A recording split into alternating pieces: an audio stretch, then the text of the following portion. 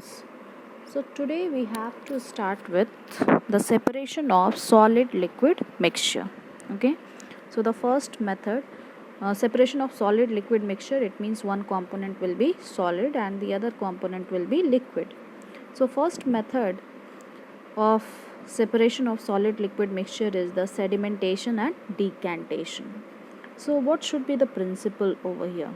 Here the solute is suspended in the liquid, that is the solvent.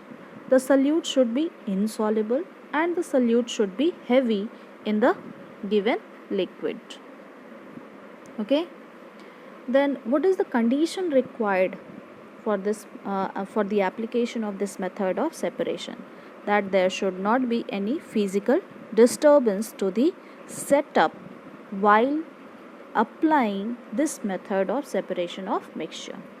Example of such mixture which can be separated by sedimentation and decantation is the sand and water. Okay, so here is the sedimentation and decantation shown over here. So we have taken the mixture of sand and water in the beaker. Okay, so sand is insoluble, sand is heavy, sand is suspended in the water.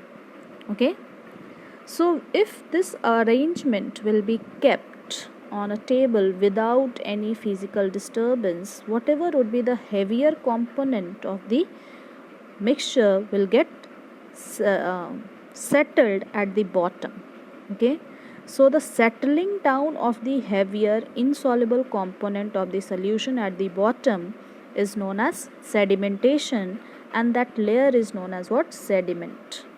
The clear liquid found above the sediment is known as supernatant liquid. This is known as supernatant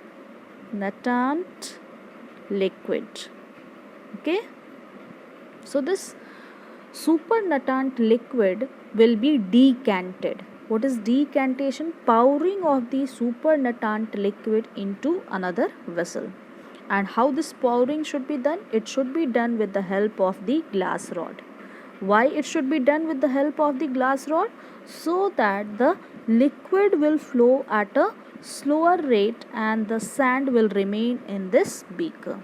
Okay, so now this beaker is having the clear supernatant liquid and the beaker holded over here in the hand will have the sediment, that is the sand in it. So this is how sedimentation and decantation is applied for a mixture of solid liquid where the solid is suspended, insoluble and heavy in a liquid. Now the another method is filtration. Second method for the separation of solid liquid mixture is what? Filtration. Sorry, this should not be here. Okay, so filtration. So what is the principle involved over here? Principle involved over here is that solute is suspended, insoluble, but it should be light in weight. Okay, understood it? The solute in the solvent is suspended, it is insoluble, it is light and in weight and will not be able to pass through the filter paper. Okay, it will not be able to pass through the filter paper. Now what is the condition required here? The solute should not pass through the filter paper. Example of such mixture which can be separated by filtration is chalk and water. So this is the arrangement or setup for the filtration process. Here we have taken a funnel and in the funnel filter paper is made as a cone. So how it will be made as a cone? First of all, the filter paper is found in the circular form, so it will be folded according to its diameter. So when it is folded according to its diameter, its structure will be like this. Now it will be folded according to its radius. Okay, so now the structure will be like this. So 4 layers will be there. Out of these 4 layers, 3 layers will be folded together and one at the other. So this filter paper cone will be inserted in this funnel, conical funnel.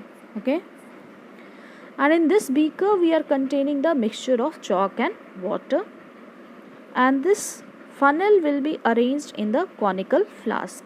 Here also, with the help of the glass rod only, we will add the mixture in this filter paper cone. Okay. So what will not pass through the filter paper? That is chalk. Chalk, the pieces of chalk will not be able to pass through the filter paper. And what will be able to pass through the filter paper? That is water.